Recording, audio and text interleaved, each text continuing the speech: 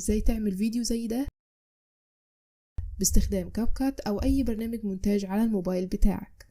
اول حاجه هتدخل على جوجل وتكتب اسم الموقع اللي قدامك، وبعدين في خانه البحث هنا هتكتب نوعيه الفيديوهات اللي انت عاوزها. انا مثلا بدور على فيديو مشي او حتى لفيديو بتاع مدينه. بعد ما تختار الفيديو اللي يعجبك هتختار فري داونلود وتختار اعلى جوده او الجوده المناسبه ليك، وبعد ما تسيب الفيديو يحمل هتدخل على اليوتيوب، هتكتب كروما جاهزه او ايات قرآنيه او ايا كان نوع التصميم اللي انت عاوز تضيفه للفيديو بتاعك. وده عجبك اي واحد بتختار شير وبعدين نسخ للرابط، بتدخل على التليجرام في بوت تلقائيا بينزل لك اي فيديو انت عاوز تنزله من على اليوتيوب. مجرد ما تبعت له اللينك هيبعت لك الفيديو، هتختار حفظ في المعرض او من الاخر تحفظه عندك.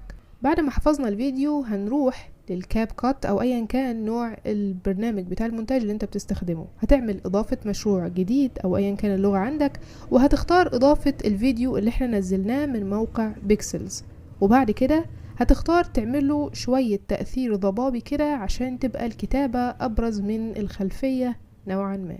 بعد ما تضيف التأثير بتسحبه للآخر وتخليه مناسب على حسب حجم الفيديو بتاعك. بعد ما تعمل تأثير الضبابي وتسحبه للآخر هتختار تراكب وتضيف فيديو الجديد اللي احنا اخترناه واللي فيه الكتابة أو الآيات القرآنية، وبعدين تكبر الفيديو وتظبط حجمه على حسب ما انت عاوز تحطه في منتصف الشاشة مثلا، وبتيجي من عند وصل هنا وبتختار فلتر. هتلاقي قدامك ان الشاشة السوداء اللي كانت في خلفية الكلمات بقت شفافة تماما والكلمات بس هي اللي باينة قدامك.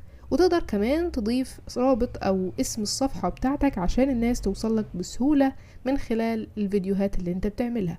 وبس كده، بعد ما تخلص الفيديو بتاعك تقدر تعمله تصدير او حفظ، وبكده تكون عملت الفيديو بمنتهى السهولة. وده كان شرح